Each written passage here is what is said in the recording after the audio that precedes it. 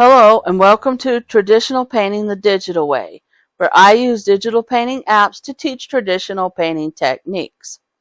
In this video, we're going to be making our own color wheel.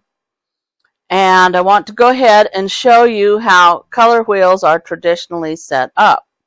So each color wheel consists of primary, secondary, and tertiary colors. The primary colors are red, blue, and yellow. And these are the colors that stand alone, and you can't get these colors by mixing anything else together. So then the secondary colors are the colors that you get when you mix the two primary colors together. So, for example, red and blue make purple, blue and yellow make green, yellow and red make orange. Now the tertiary colors are all the shades that are in between the primary colors. And how you make tertiary colors is you take one secondary color and you mix it with one of the primary colors. So for example, blue and green will give you a blue-green color. Green and yellow will give you a yellow-green color. Yellow and orange give you orange-yellow. Orange and red give you orange-red color, and then red and purple give you a red-purple color, and purple and blue give you a blue-purple. Now, there are several gradients in between all these, depending on how much of the primary color that you put in. So here, let's go ahead and make our own color wheel. And we're going to start out with the primary colors. We've got red, yellow, and blue. And you put those in kind of a triangle shape here. And then you go ahead and you mix green. You mix up the green color by using blue and yellow. Then you make purple by mixing blue and red. And then you're going to make orange by mixing yellow and red together. And the program that I'm using for this is Rebelle 6. And it's a PC program for Windows, and I think they have it for Mac too. And this one has real color blending. It has real colors, and they've just sort of added this in the last two versions.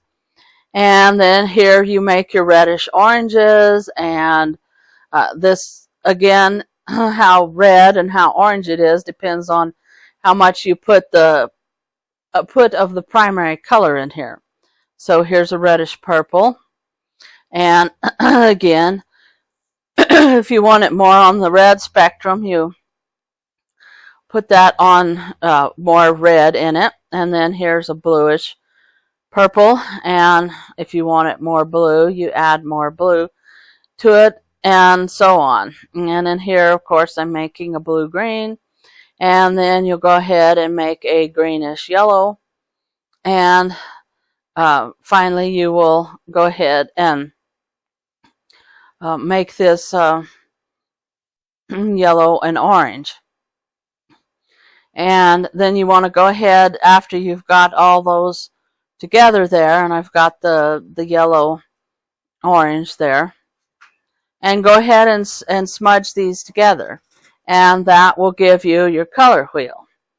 So I'd go ahead and I hit the smudge button in Rebelle 6. Rebelle is a really neat program. It was actually made for watercolors first, but they've added oil and acrylic as well, and it's very realistic and very lifelike.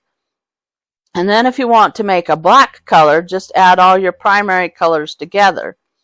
And this will give you a deep, dark, rich black, but it won't be flat.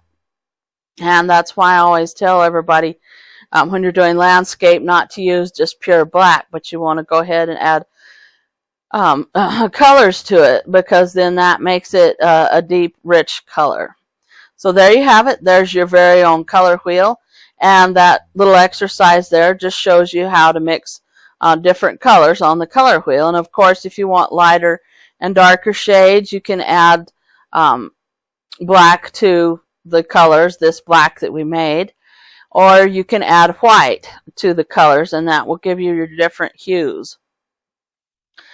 So this is the end of our color wheel video, and stay tuned for the next few videos, and I'm going to show you how to pick color complements using the color wheel. So hit the subscribe button, and thanks everybody for watching. Thank you so much for your support. If you have any questions, just leave them in the comments down below, and I'll catch you later.